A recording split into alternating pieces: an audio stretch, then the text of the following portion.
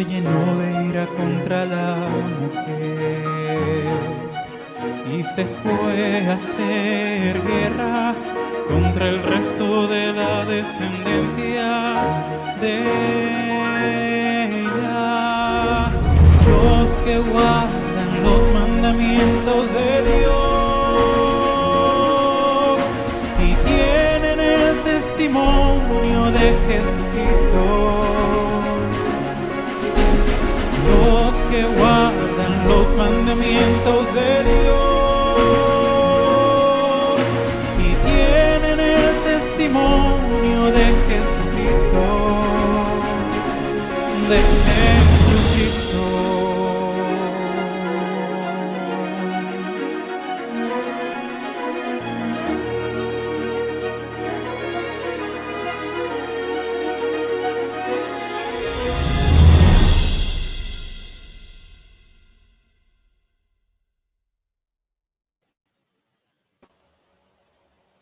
Amén. Sean todos muy bienvenidos a una nueva edición de nuestro programa Repasando la Escuela Sabática, último repaso.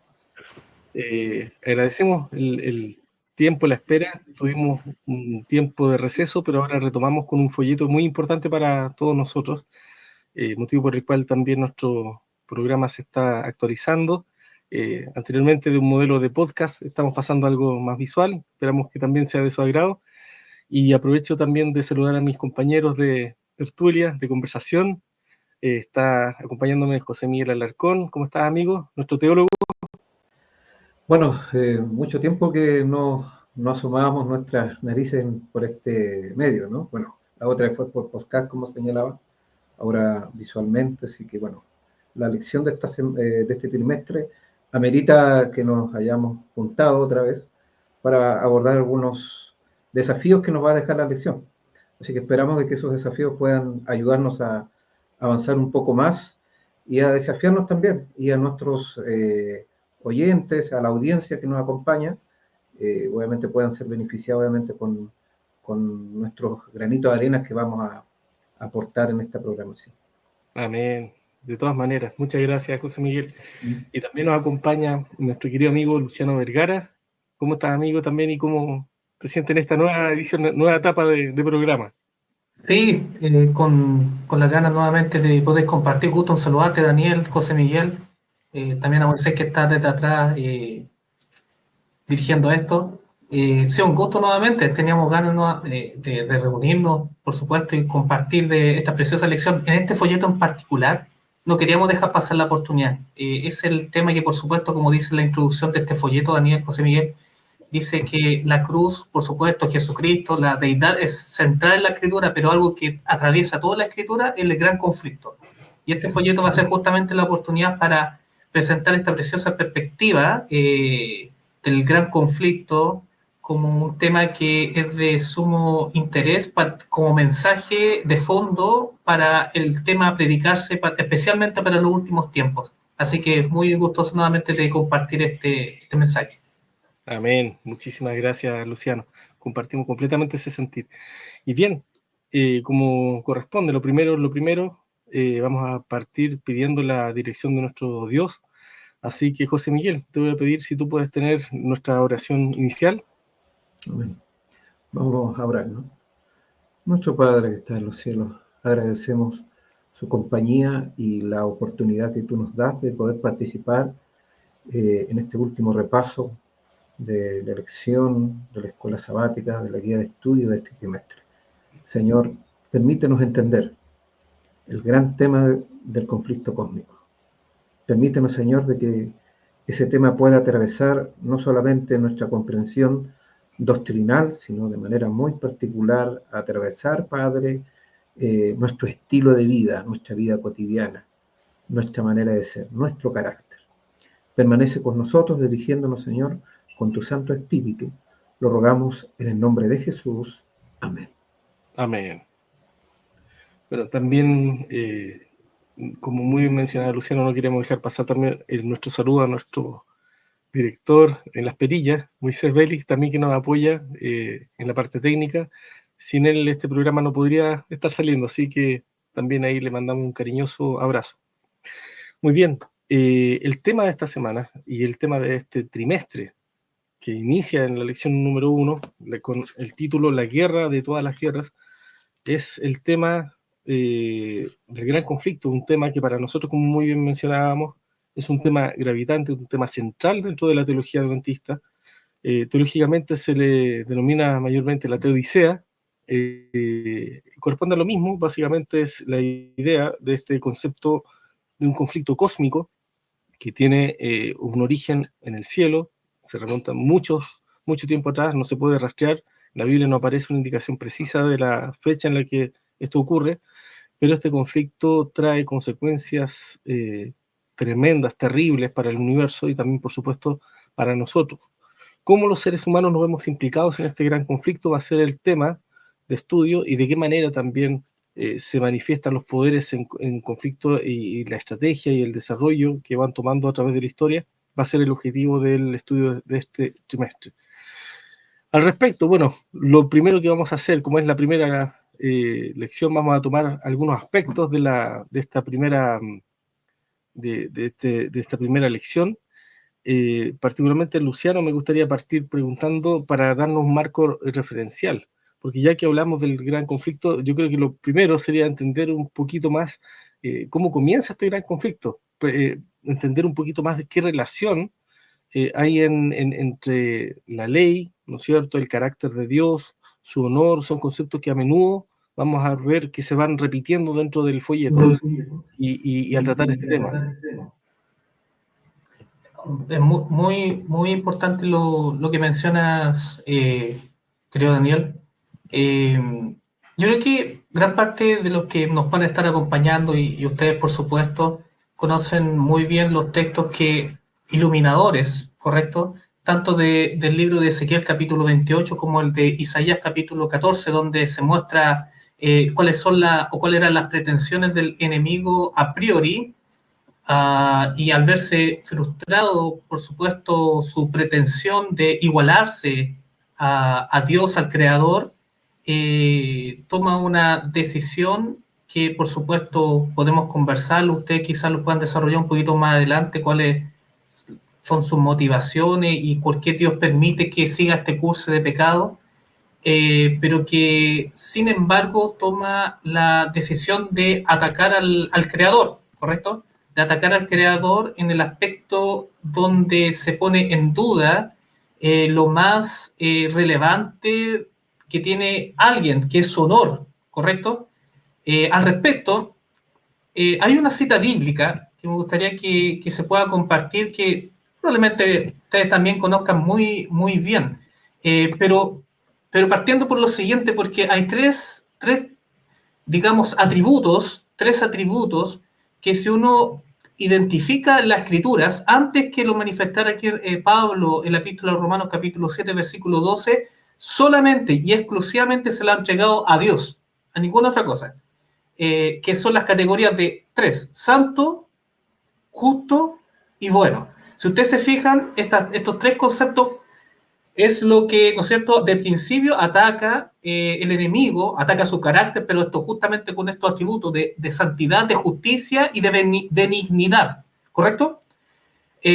Haciendo un paréntesis, ustedes se acordarán, por ejemplo, cuando, me parece que fue el joven rico, corríjame si no fue así, que se le acercó al maestro y le dijo, maestro bueno, ¿se acuerdan?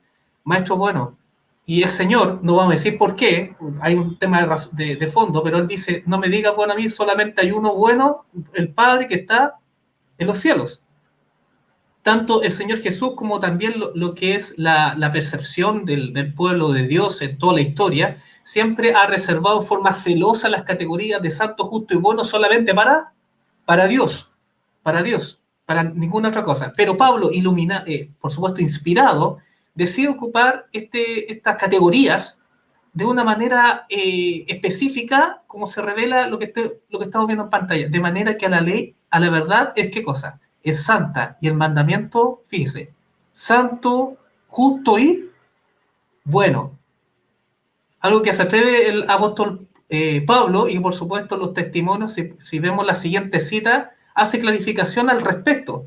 Cuando nosotros encontramos en la siguiente cita que vamos a compartir, que se habla justamente de lo mismo, que tiene que ver esa correspondencia exacta entre lo que es el carácter de Dios y la ley de Dios, que es un trasunto o es el reflejo o la correspondencia exacta del carácter de Dios con, ¿no es cierto?, el carácter de Dios con la ley de Dios. Entonces, ahí tenemos justamente esa correspondencia y, claro, el enemigo, nosotros vemos que si se propone atacar al Señor, no lo hace sino a través de hacer un cuestionamiento con respecto a su carácter. Al respecto, hay una cita de las Escrituras que se encuentra en el libro que lo pueden ver, ¿cierto?, en el libro de Jeremías, Ezequiel, perdón, de Ezequiel capítulo 28, versículos 14 al 16. Mire que dice lo siguiente, lo voy a compartir aquí, lo voy a leer. Dice, tú, querubín grande protector, yo te puse en el santo monte de Dios, allí estuviste, en medio de las piedras de fuego te paseabas. Perfecto eran todos tus caminos desde el día que fuiste creado hasta que se halló en ti maldad. A causa de la multitud de tus contrataciones, me gustaría que podamos recalcar y si Daniel y José Miguel nos pueden ayudar ahí para que entremos en este concepto en particular que sería interesante que podamos apuntar. Dice, la multitud de tus contrataciones fuiste lleno de iniquidad y pecaste.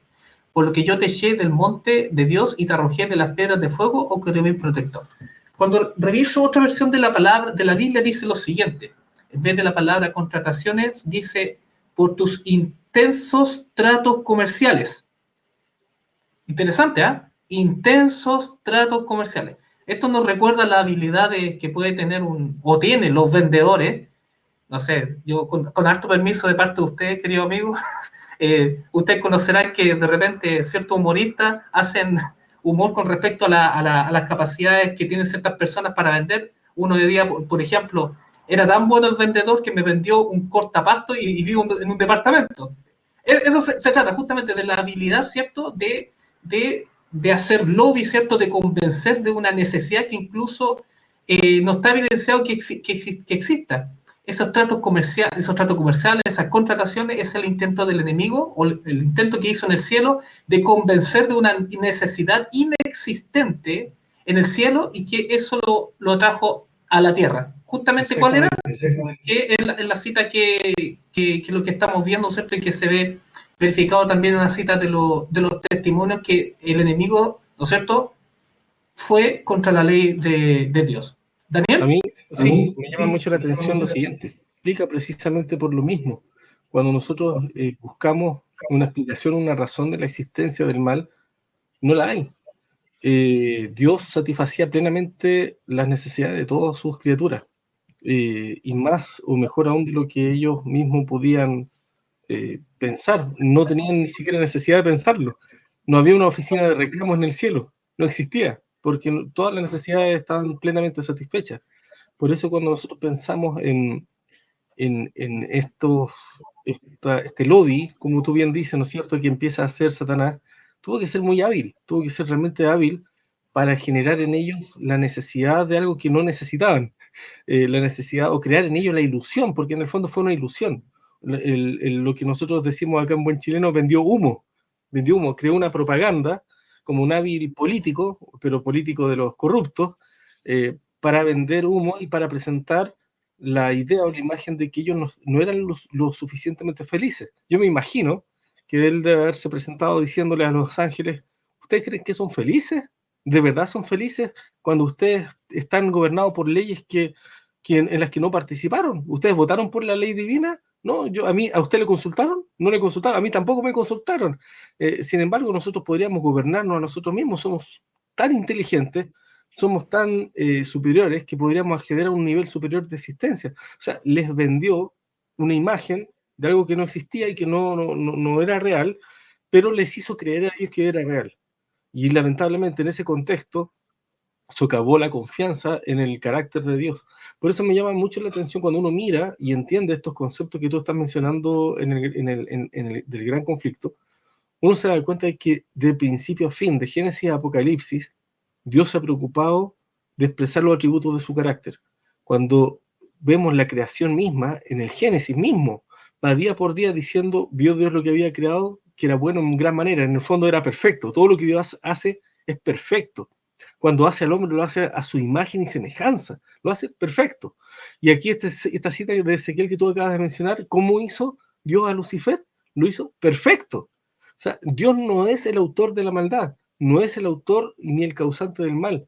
El mal, dice la hermana Juárez, no tiene ninguna razón de existir. Si hubiera alguna razón que explicara su existencia, dejaría de ser pecado. El pecado no tiene ninguna razón de existir. Entonces, cuando nosotros miramos todos estos elementos, nos damos cuenta de que en realidad el gran conflicto es de una complejidad enorme, porque seres que son más inteligentes que nosotros, los mismos ángeles, fueron capaces de creer en esta mentira. Entonces tuvo que haber una estrategia detrás. Y es ahí donde yo me imagino, y ahí José Miguel también podrá ahondar un poco más en el tema de estas contrataciones, esta estrategia, el desarrollo de las acusaciones. ¿Qué acusaciones fue desarrollando el enemigo para llevarlo al punto donde los mismos ángeles comenzaron a dudar de Dios? Bueno, ahí uno puede observar, bueno, la cita de Patriarca y Profeta, página 32, entre otras citas, ¿no? Porque acá podemos mencionar una contundencia de declaraciones que nos ayudan a entender este tema. La ley de Dios es tan santa como Él mismo. Es la revelación de su voluntad, el reflejo de su carácter y la expresión de su amor y sabiduría. Bueno, el gran argumento dentro de este lobby, porque en realidad, bueno, lobby no es un término que se usaba en la antigüedad, un término más contemporáneo.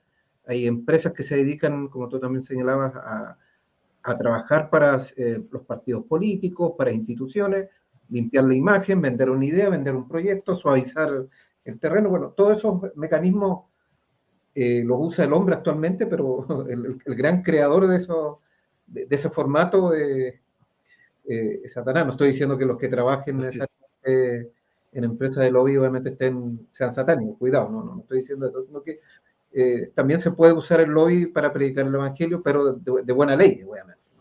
En lo que es la propagación, en lo que es la visita a la iglesia misma se encarga de llevar la verdad de diversas maneras, ¿no?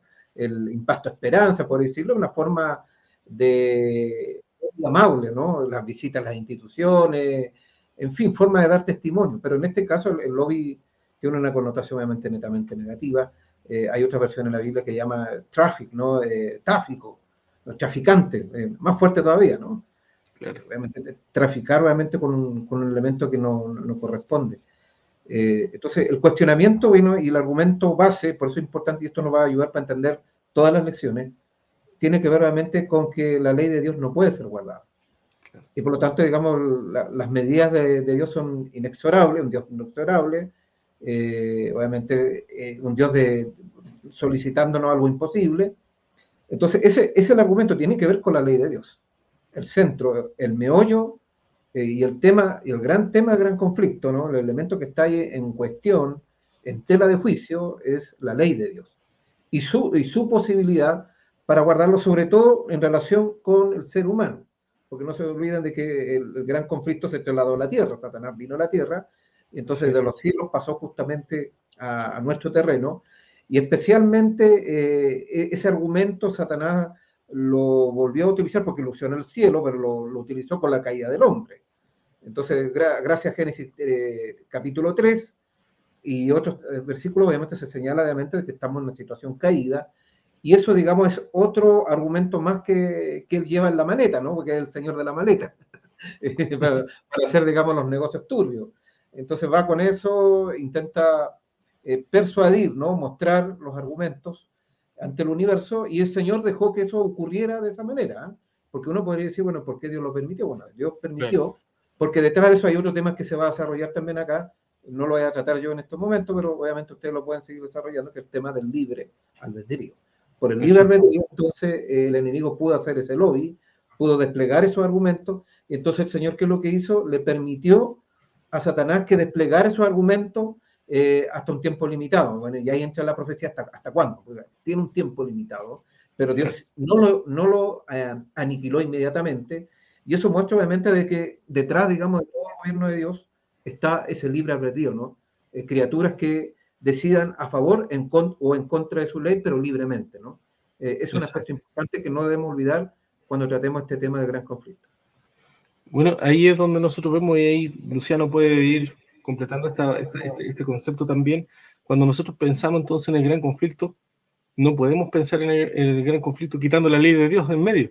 El objetivo de Satanás siempre ha sido atacar la ley de Dios. Y lo vemos, ¿no es cierto?, en los instrumentos que Satanás usa, el cuerno pequeño, usando, ¿no es cierto?, como instrumento a través de la historia hasta el final de los tiempos. Vemos un remanente que guarda el mandamiento de Dios, o sea, la ley de Dios siempre en el centro. Entonces, ¿qué podríamos decir de estas dos corrientes en el fondo?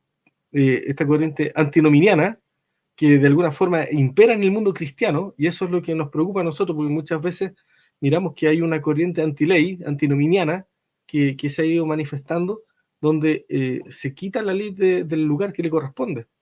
¿Cómo ves tú, digamos, ese aspecto, y quizás cómo lo trabajó el enemigo en este lobby desde el cielo y también lo continúa trabajando en la tierra?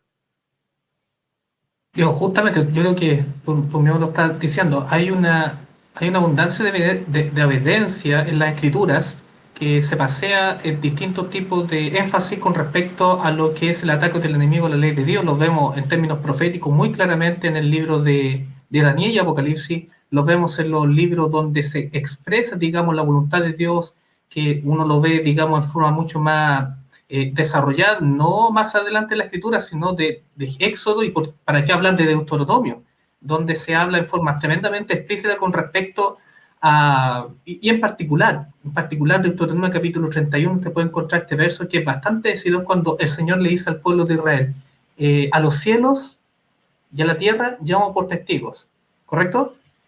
Que pongo delante de vosotros la vida y la muerte. Escoge pues la vida para que vivas tú y tu descendencia. Y el capítulo 31 está hablando en forma exclusiva y directa con respecto a la ley de Dios. Exactamente. Y ahí uno se puede pasar por la escritura. Tú lo nombraste, Daniel. ¿Para qué hablar del Evangelio de Mateo? ¿Para qué? Los dos textos de Apocalipsis que llegan a ser un himno, ¿no es cierto?, de la fe adventista, de lo que es, de lo que nosotros comprendemos ahora como lo que es el gran conflicto comprendido ahora. Apocalipsis capítulo 12, verso 17, Apocalipsis capítulo 14, versículo 12. Aquí está, ¿no es cierto?, la paciencia, la perseverancia, la resistencia de los santos, los que guardan los mandamientos de Dios y tienen el testimonio de Jesucristo. Entonces está puesto siempre en el centro como aquella cuestión que es central, que comenzó en el cielo como tal, y que se traslada justamente como una necesidad de verificación de los últimos tiempos para hacer una demostración de que lo que Cristo hizo en la cruz del Calvario, que es lo más precioso que ha existido, lo más, por supuesto, sublime de la vindicación del carácter de Dios, es realmente, tiene el poder justamente para que seres humanos caídos, y en particular en los últimos tiempos, a través del remanente de los últimos tiempos, se levante con ese mismo poder habilitador de la sangre de Cristo que se está administrando justamente ahora, ¿cierto?, delante del Padre, ¿cierto?, haciendo justicia para colocarse justamente ese pueblo a la posición de justicia de acuerdo al estándar de la ley de Dios. Obviamente el estándar no es una cosa, digamos, en base a las mejores intenciones, el estándar no es aquella cosa que me haga sentir mejor, sino que es algo objetivo que Dios colocó como testimonio para el universo, que es su santa ley. Y eso, ¿no es cierto?, se ve verificado, se ve confirmado en el pueblo de Dios para los últimos días.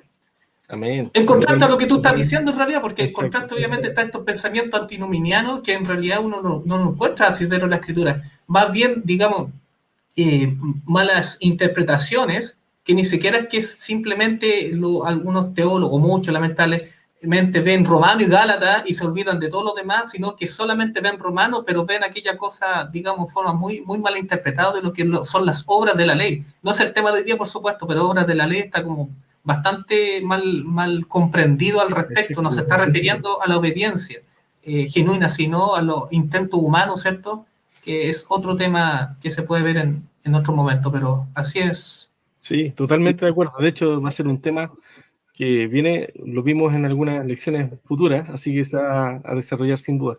Y cuando nosotros pensamos entonces en este panorama, surgen preguntas que la hemos tenido nosotros, seguramente también la van a hacer muchos de los estudiantes, hay personas que también se están acercando a la iglesia de poco, y una pregunta que es muy legítima, porque cuando nosotros miramos el gran conflicto, en una visión muy reducida del gran conflicto, aplicado a lo que vivimos en esta tierra, en este mundo, muchas veces surgen las preguntas que el folleto mismo plantea, ¿no es cierto?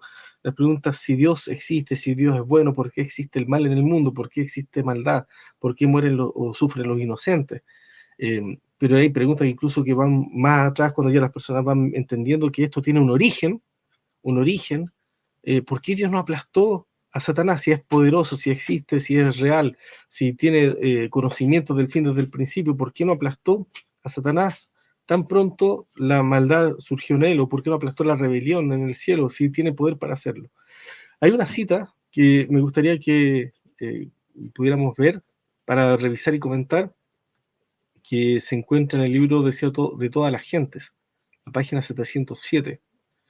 Y esta cita dice así: era el propósito de Dios colocar las cosas sobre una eterna base de seguridad, y en los concilios del cielo fue decidido que se le debía dar a Satanás tiempo para que desarrollara los principios que constituían el fundamento de su sistema de gobierno. Él había aseverado que eran superiores a los principios de Dios. Se dio tiempo al desarrollo de los principios de Satanás a fin de que pudiesen ser vistos por el universo celestial. Entonces, acá nosotros notamos una premisa muy importante. Primero, frente a las acusaciones de Satanás, Dios no se queda de brazos cruzados. Él genera una respuesta. Esta respuesta es lo que nosotros conocemos como la vindicación de su honor, la vindicación. Y la vindicación parte por, primeramente, permitirle al enemigo que desarrollara su experimento, con las trágicas consecuencias que nosotros ya conocemos. Si pensamos que los ángeles no conocían el pecado, no conocían sus consecuencias, su naturaleza, evidentemente entendemos que era necesario que esto ocurriera para que, una vez que el pecado mostrase su verdadera naturaleza, no se volviera a levantar. Y me gustaría preguntarte, José Miguel, desde la perspectiva de la lógica y de la perspectiva divina, de lo que ha sido revelado también en los testimonios, ¿qué hubiera ocurrido si realmente Satanás hubiera sido muerto, hubiera sido aniquilado? Si efectivamente Dios hubiera respondido aplastando la rebelión, ¿qué hubiera ocurrido y cuál habría sido la consecuencia de ello? ¿Estás muteado, José Miguel? Bueno, el tema es muy complejo, no en el sentido de que no esté revelado, sino de entenderlo, porque no tenemos una mirada amplia de estos acontecimientos.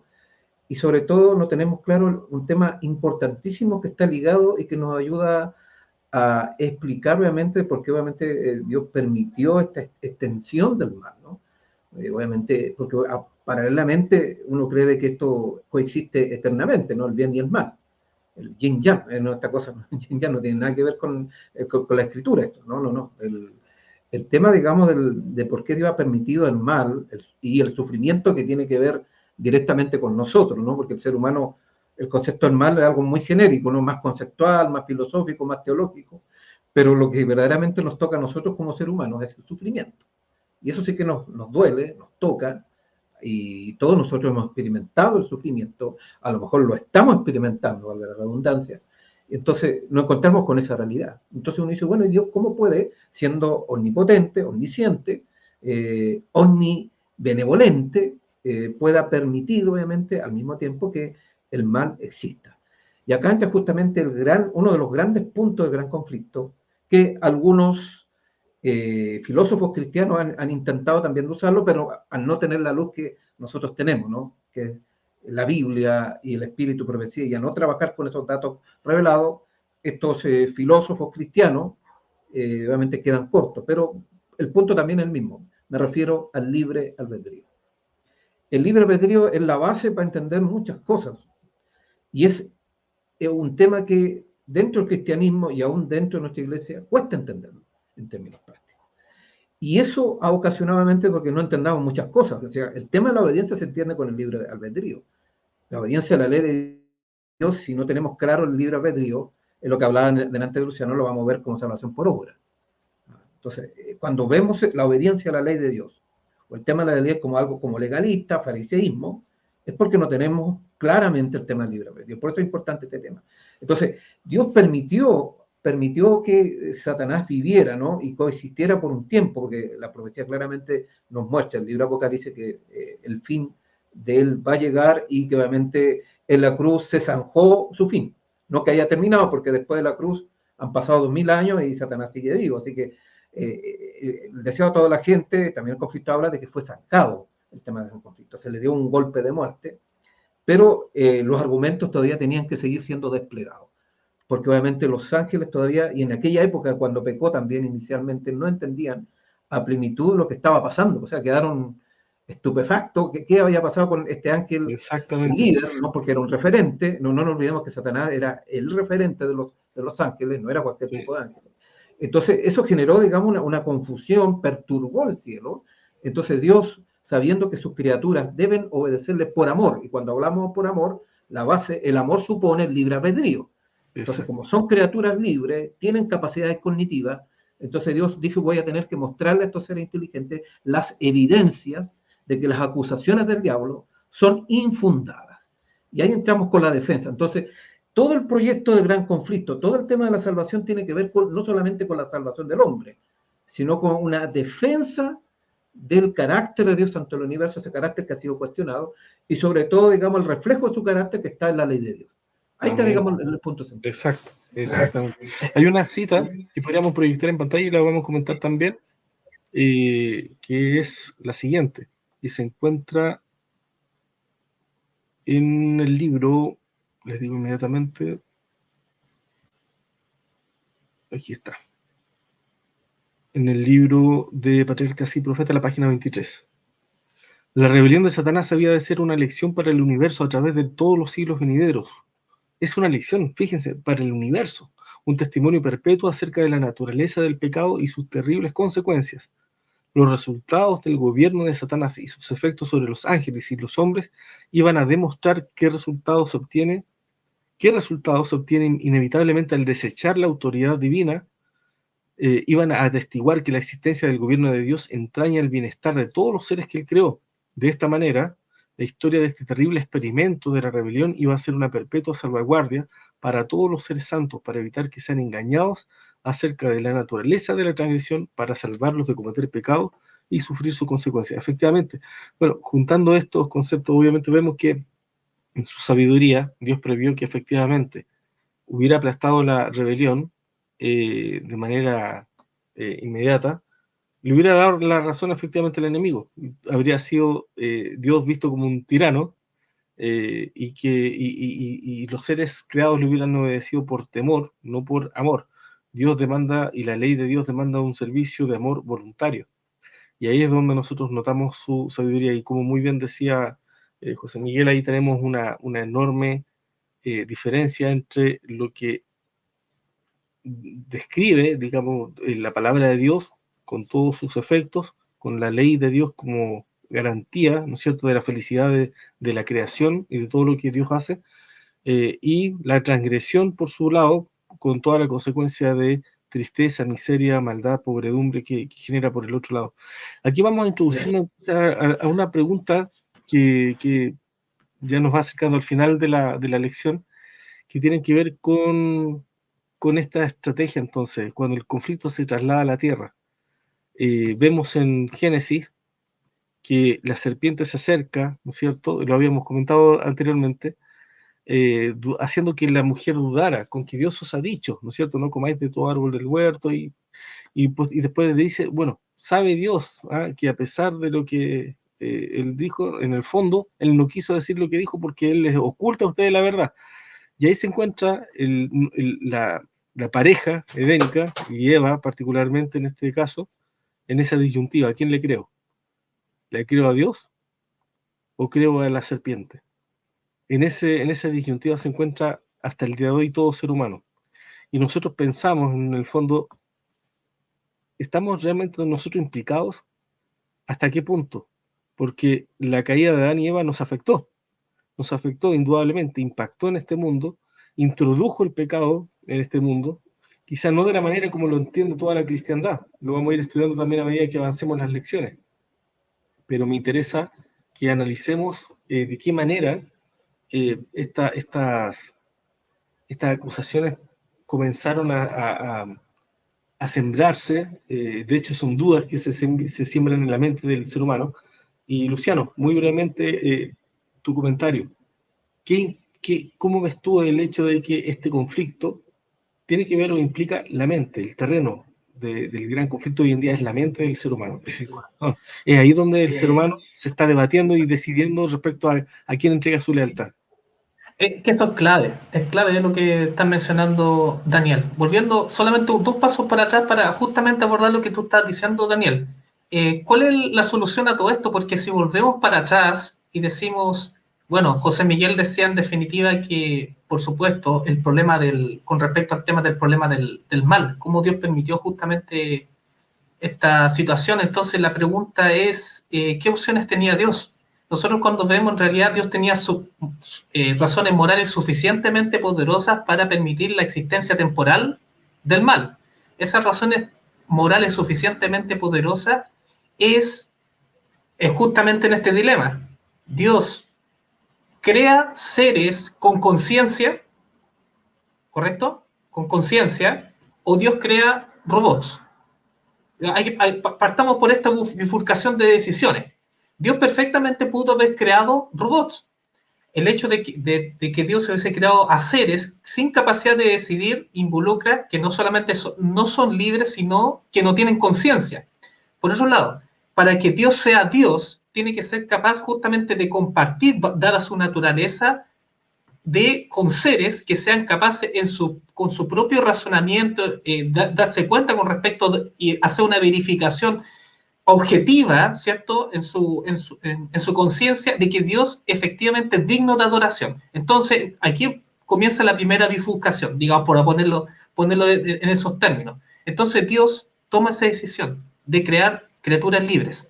Y aquí estamos nosotros. Claro, comenzó en el cielo, pero algo que nosotros no se nos tiene que olvidar, yendo a la pregunta de Daniel, nosotros no perdimos la capacidad de decidir. Digo, si hay una nota tónica en toda la escritura, es un llamado constante. O si no, no habría llamado, ¿correcto? No habría llamado a tomar decisiones. Ya sea, tomar decisiones que nosotros sabemos que, y esa es la invitación que tenemos como iglesia, de hacer la invitación de elija por Cristo. Es una decisión. Es algo que usted solamente soberanamente en su conciencia, algo, un don tan precioso que entregó el Señor, que usted puede ejecutarlo, decidir por Cristo. Y todo lo que eso implica, podemos hablar mucho de eso, pero bueno, se entiende.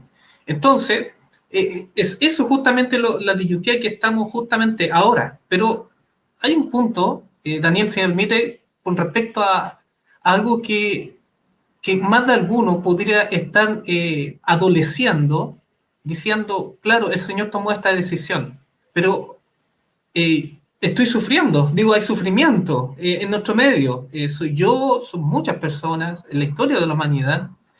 La pregunta que nos hacemos es la siguiente: ¿quién pagó el gran precio de esta decisión? ¿Acaso Dios endosó el peso de esta decisión a terceros? O más bien, si somos honestos, ¿quién fue el que cargó con todas las malas decisiones de toda la historia de la humanidad en su espalda y llevándolas hasta la cruz? ¿Se da cuenta? Que si hay algo que nosotros no tendríamos derecho, porque alguno diría, ¿dónde está Dios cuando pasa una injusticia? Le digo una cosa, Dios lo cargó en sus hombros, en su espalda, en la cruz del Calvario. Así que ni usted ni yo tenemos la cara, no tenemos razones para encarar al Señor cuando el Señor fue el que vivió en carne propia el peso de su propia de la responsabilidad del pecado, que es nuestra, ni siquiera no es del Señor, es nuestra, y Él fue quien la cargó. Entonces, en esas disyuntivas de día estamos. Digo, ahora podemos dar respuesta justamente a la evidencia de lo benigno, de lo bueno, de lo bondadoso que ha sido Dios, sin tener ninguna responsabilidad con respecto al surgimiento del mal, solamente como el acto inicial en el cual nos permitió vivir vidas libres y nos promete la eternidad, por supuesto, si seguimos con Él. Qué importante lo que tú mencionas, Luciano, porque ahí está esbozándose entonces y se va desarrollando la respuesta de Dios. Por un lado, permitir que el pecado revele sus propias consecuencias, ¿no es cierto?, sus propios frutos, sus malos frutos, pero especialmente Dios revela su carácter, da una revelación mayor de su carácter en la persona de Cristo, quien carga, como tú dices, todo ese peso. Quizás nuestra visión como cristianos siempre tiende a ser, a poner mucho énfasis sobre todo en la cruz, por la naturaleza y la importancia, porque indudablemente que la cruz definió el resultado del gran conflicto. Eso no lo podemos poner en duda. O sea, gracias a la cruz nosotros tenemos un claro ganador. Hay un bando que sale vencedor, y ese bando es precisamente el bando de Dios. De ahí en adelante, el gobierno de Dios efectivamente no es un gobierno, entre comillas, en riesgo desde el punto de vista de que nuestras decisiones no van a afectar el resultado de este gran conflicto, pero sí lo pueden adelantar o retrasar. Ahí es donde nosotros vemos que la vindicación tiene una segunda parte. Y quizás esto nos recuerda un poco la importancia del concepto que traemos del santuario. Cuando hablamos del santuario, la expiación, el sacrificio expiatorio de Cristo, que muchas veces se le menciona a secas, expiación, fue completa, fue perfecta como sacrificio expiatorio. Pero la expiación continúa dentro de un proceso. Y ese proceso es el que estamos viviendo hoy en el gran día de la expiación. Cuando miramos la vindicación de Cristo en la cruz fue perfecta, fue completa. En lo que respecta, ¿no es cierto?, a ese evento que era especialmente significativo para nuestra historia y para el gran conflicto, para el destino del gran conflicto. Pero la vindicación continúa, porque todavía hay dudas que deben ser disipadas. José Miguel, tú habías mencionado anteriormente que efectivamente en esa perspectiva celestial cósmica, la visión de lo que tiene que ver con la vindicación, fundamentalmente, no concluye en la cruz. Dios responde a la acusación de Satanás en la encarnación misma. ¿Cómo tú puedes explicar un poquito más este concepto para entender un poco más cuál es la naturaleza de la venida de Cristo y de repente no centrarnos solamente en la cruz, sino también en lo que viene un poquito antes de eso, cuando Cristo ya viene a la tierra e inicia su ministerio en esta tierra? Sí, bueno, el tema es más amplio, o sea, a veces nos quedamos en una parte del proceso de la expiación, y si uno va al Antiguo Testamento, uno puede ver varias partes, ¿no? El proceso largo, hasta 6 partes uno puede observar en la expiación. Y entonces a veces tenemos una visión muy limitada de la expiación, no porque la queramos tener, sino porque a lo mejor nos dejamos llevar por tradiciones que no son bíblicas, tradiciones teológicas, obviamente que no ven todo el espectro, no tienen claridad sobre el santuario. Nosotros como pueblo adventista hemos estudiado el santuario, hacemos las relaciones tipológicas, ¿no? El tipo, el antitipo, el tipo que está en el Antiguo Testamento. Entonces, y obviamente esa es la base para entender el antitipo que está en el Nuevo, el santuario. En este caso el tema del santuario celestial. Pero ahí nos caemos muchas veces, ¿no? En esa relación y caemos en una incoherencia, porque si vemos la expiación del Antiguo Testamento, obviamente, como hablaba anteriormente, son varias fases. Y el sacrificio era una fase, no era ni la primera ni la última. De hecho, antes de eso estaba la parte preparatoria del campamento. Y es ahí donde entra Cristo, o sea, la encarnación de Cristo. Cristo, de hecho, mismo Juan capítulo 1, versículo 4, dice que él moró con nosotros, ¿no? El término griego eskené, prácticamente lo podríamos traducir, tabernaculó con nosotros, ¿no? Estuvo ahí, entonces estuvo en el campamento, moró Cristo. Y ahí entra entonces justamente el tema de la humanidad de Cristo, ¿no? La naturaleza humana de Cristo, que algunos no le prestan mucha atención, inclusive algunos llegan a suponer, aún dentro de nuestras propias filas, de que obviamente no es un tema bíblico, pero la Escritura está ampliamente, no podemos ver Romanos capítulo 8, Hebreos prácticamente los primeros capítulos están bombardeados de aspectos que tienen que ver justamente con la expiación de Cristo, no comenzando en la cruz recién, sino comenzando antes, o sea, obviamente para que Cristo fuera validado como sumo sacerdote de acuerdo al sacerdocio de Melquisedec, no al levita. Él tenía que primero, digamos, identificarse con nosotros. Y ahí encontramos entonces los famosos textos del capítulo 2, el capítulo 4 que están en el folleto, ¿no? Lo podemos leer, no sé si está ahí. Hebreos capítulo 4, versículo 15, dice: porque no tenemos un sumo sacerdote que no pueda compadecerse de nuestras debilidades, sino uno que fue tentado en todo según nuestra semejanza, pero sin pecado. O sea, claramente acá está hablando, obviamente está siendo obviamente alguien que se compadece, alguien, digamos, que se coloca en nuestro lugar, alguien obviamente que empatiza, ¿no? Hay una empatía porque él vivió, pasó por nuestras debilidades, que es mucho más que enfermedad. Debilidad tiene que ver obviamente con la carne humana, porque Cristo obviamente no vino en la época de Adán prelapsario, o antes de la caída, vino después de la caída. Entonces, a algunos a lo mejor le puede molestar esto, pero es evidencia, o sea, la única humanidad que nosotros conocemos es una humanidad poscaída, no existe otra humanidad. Esa humanidad precaída duró muy poquito y fue Adán y Eva. Pero la única humanidad que nosotros encontramos en la Escritura, cuando se habla de carne, cuando se habla de humanidad, es una humanidad post-caída. Y Exactamente. esa es la humanidad que necesitaba ser rescatada. Hay una cita muy humanidad, interesante entonces, que claro, y ahí podríamos viene una predicar. palabra antigua, ¿no? Hubo un padre de la iglesia, obviamente nosotros no dependemos de los padres, pero ese padre andaba bien certero, ¿no? Que dijo que lo que no se asume no se puede redimir. Entonces Cristo no podía redimirlo si no asumía obviamente nuestra realidad humana. Por eso la encarnación no tiene ni un sentido si él no hubiese asumido nuestra realidad. Bueno, y acá vienen otra serie de elementos. Entonces Cristo tomó nuestra carne, digamos, caída, y no tengo ni un empacho no decirlo, porque la Escritura obviamente nos muestra esa realidad, ni hablar del espíritu de profecía. El espíritu de profecía, digamos, hay varias declaraciones. Acá tenemos una de ellas, ¿no? El mensaje celeste tomó 3, páginas 151, dice, aunque no tenía ninguna mancha de pecado en su carácter, dice, condescendió en relacionar nuestra naturaleza humana caída con su divinidad. Al tomar sobre sí la humanidad, honró a la humanidad.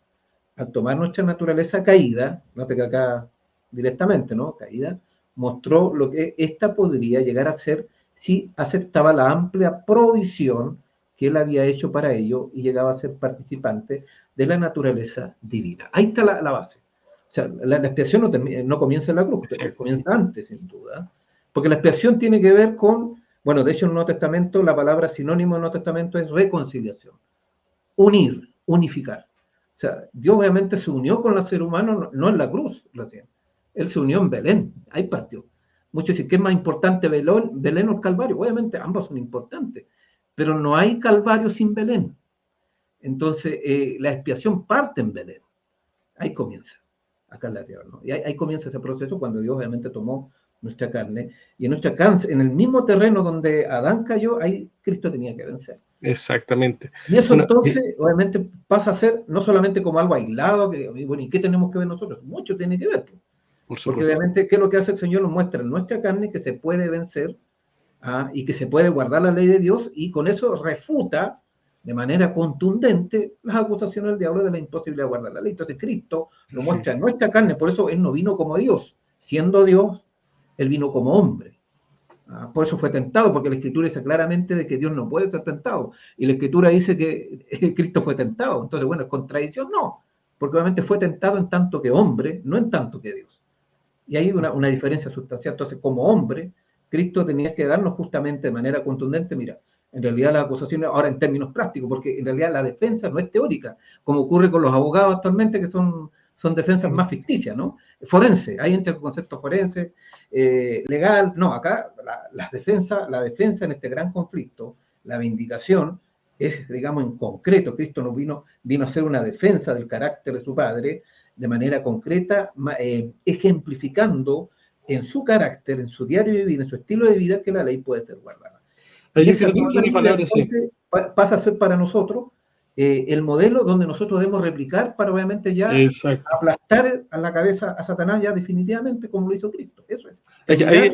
Justamente a eso apuntaba, que eso quería ir. Cuando Cristo toma entonces esta naturaleza humana caída, tú usaste una palabra que me gusta mucho para ejemplificar, viene a ser nuestro ejemplo. La Biblia utiliza ese concepto, ese término, para que sigamos sus pisadas. Él ha venido a ser nuestro ejemplo. Cuando nosotros pensamos en la naturaleza que Cristo tomó, si hubiera sido diferente a la nuestra, no podría ser nuestro ejemplo, no podría ser nuestro modelo. Ese es otro término también que se utiliza mucho. ¿El modelo en qué? Modelo en cuanto a la obediencia. Y eso es interesante, como tú muy bien decías. Si lo que está en juego es si la ley de Dios puede ser o no cumplida, si puede ser o no obedecida, justamente con esos términos trabaja la Escritura. Dios, dice la Biblia, en el libro de Hebreos, padeció lo que padeció para aprender la obediencia y ser autor de eterna salvación a todos los que le obedecen. Entonces, a mí me llama mucho la atención cómo estas citas y las que están en pantalla hablan justamente de estos conceptos. Me gustaría, Luciano, si tú las puedes leer rápidamente, esas dos citas que están en pantalla. Sí, primero está un texto de Manos Creed que dice: la vida de Cristo es una revelación de aquello en lo que pueden convertirse los seres caídos humanos mediante la unión y compañerismo con la naturaleza divina. La segunda, en Fe y Obra, página 71, dice: Cristo tomó sobre sí la naturaleza por nosotros, revistió su divinidad y la humanidad se combinaron. Mostró que la ley que Satanás declaró que no podía guardarse, sí podía guardarse. Cristo tomó la humanidad para estar aquí, en nuestro mundo, a fin de mostrar que Satanás había mentido. Tomó la humanidad sobre sí para demostrar que con la divinidad y la humanidad combinada, el hombre podía guardar la ley de Jehová. Si separan la humanidad de la divinidad, ustedes pueden tratar de labrar su propia justicia desde ahora hasta que Cristo venga y no lograrán otra cosa que un fracaso. Muy claro. Ahí es donde hacemos esta vuelta a la pregunta, y vuelvo a ti, José Miguel, con la pregunta final, y aparece por aquí en el día jueves del folleto. ¿Qué es lo que más anhela Cristo en estos tiempos? ¿Cuál es el anhelo mayor, digamos, que Cristo tiene dentro del gran conflicto entre el bien y el mal? ¿Qué espera de nosotros en ese sentido? ¿Cuál sería la respuesta? Bueno, el folleto algo también anuncia, ¿no? Obviamente nos guía en los primeros elementos, Juan capítulo 17, ¿no? Dios quiere que sus hijos, Cristo quiere, digamos, de que donde Él está, nosotros estemos con Él. Parece simple, pero hay condiciones. Hay condiciones. Ya, acá podemos ver una cita, ¿no? Ya que está nuestro amigo Moisés nos estaba colocando. Entonces, hay una cita que son importantes que nos ayuda a entender este punto. Entonces, Cristo está aguardando con deseo anhelante la manifestación de sí mismo en su iglesia. Cuando el carácter de Cristo se reproduzca perfectamente en su pueblo, entonces vendrá a buscar a los suyos. Él quiere estar con nosotros, eso lo dice claramente. Donde yo estoy, quiero que ellos estén, pero para que ello ocurra, hay una condición. Bueno, todas las promesas y las maldiciones son condicionales, dice también la pluma inspirada. Y acá no es menor, hay una condición, es reproducir el carácter de Cristo. Y ya no vimos que Cristo nos vino a dar esa facilidad, porque Cristo nos vino a mostrar sí se puede. El diablo dice no se puede. Actualmente igual el cristianismo dice no se puede, otros sí se puede. Y nosotros vemos claramente que la revelación, la inspiración nos dice sí se puede reproducir. Cuando eso ocurra, entonces obviamente se van a generar ya los elementos que van a gatillar los últimos acontecimientos y Cristo va a venir. Dios está esperando un pueblo, obviamente, para que obviamente pueda reaccionar frente a este punto y manifestar el carácter de Cristo. ¿Por qué? Porque hay otra cita más, en Deseo a toda la gente 6:71. Dios tendrá un pueblo sobre la tierra que vindicará su honor al respetar todos sus mandamientos. El honor de Dios, el honor de Cristo están comprometidos en la perfección del carácter de su pueblo. Eso es lo que hablabas tú anteriormente, la vindicación. La perfección tiene que ver con la vindicación, porque muestra ante el universo obviamente que no solamente Cristo fue el único que obedeció de ahora, sino su pueblo, sus hijos también reproducen esa obediencia, reflejan esa evidencia, ejemplifican nuevamente el modelo, obviamente, y muestran ante el universo, digamos, y dicen, bueno, el diablo miente, no es así. Acá claramente hay evidencia. Entonces, las evidencias somos nosotros. Por eso en la Escritura, cuando se habla de testimonio, ¿no? Para testimonio, darle gloria, eso son palabras vindicatorias, son palabras de defensa.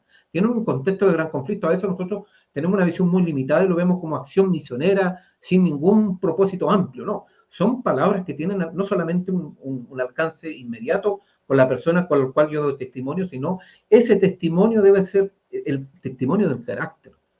Eso es poder, más que dar un estudio, más que un volante, más que impactar con globos, que, bueno, eso todo ayuda, ¿no? Pero eso no es el impacto de esperanza que nosotros vamos a hacer. El impacto de esperanza tiene que ver justamente con mostrar, digamos, de que Cristo está viviendo nuestras vidas. Amén. Y eso obviamente va a provocar ese testimonio, no solamente ante el mundo, sino ante el universo. Amén. Qué importante eso, para ir cerrando, porque con eso el panorama, este introductorio que queríamos presentar, nos presenta ya un cuadro con los elementos vitales, los elementos que vamos a ir desarrollando a través del trimestre.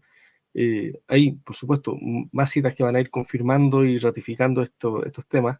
Algunas pueden haberse nos quedado en el tintero, producto del tiempo no las vamos a poder ver todas, porque en realidad este es un tema tremendo, apasionante y tiene muchísimas aristas. Y por supuesto, ahí para ir reflexionando y pensando en estas conexiones, qué importante era tener este panorama para ir ordenando los tópicos, ¿no es cierto?, de una manera clara, primeramente en nuestra mente. O sea, la elección y el folleto, yo felicito de que se esté estudiando este tema, pero es importante tener estos elementos presentes ya en la primera lección, porque así se nos va a facilitar el estudio en las lecciones futuras. Bueno, vamos a ir finalizando ahí con los últimos comentarios o impresiones. En un minuto, Luciano, que tú puedas comentar o compartir tu pequeño énfasis, o sea, lo que tú quieres destacar justamente de esta lección para compartir, para tener en mente antes de ir cerrando el programa. Me gustaría que fuera en forma persistente en las demás lecciones. Es lo siguiente, usted y yo somos agentes activos en el gran conflicto, no somos meros espectadores. Podamos entender que nuestro rol, y en particular en los tiempos tan solemnes que estamos viviendo, es justamente responder el llamado del Señor en el Evangelio, que es darle gloria al Padre que está en los cielos. Eso fue un llamado constante que hizo el Señor Jesús y que va justamente en este sentido de que el Evangelio, lo vamos a ver también en citas posteriores que vamos a ir revisando con detalle, el Evangelio tiene como propósito levantar el honor del Señor. Aquí está el tema de fondo.